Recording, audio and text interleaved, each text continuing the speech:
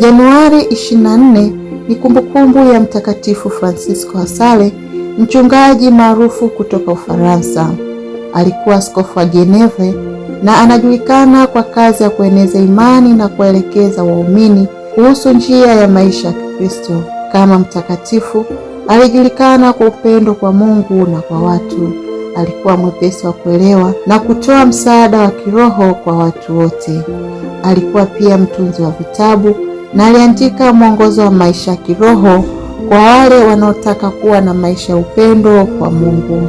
Pia anajulikana kwa kuanzisha shirika la Sisters of the Visitation ambalo lililenga kutoa huduma kwa wagonjwa na maskini.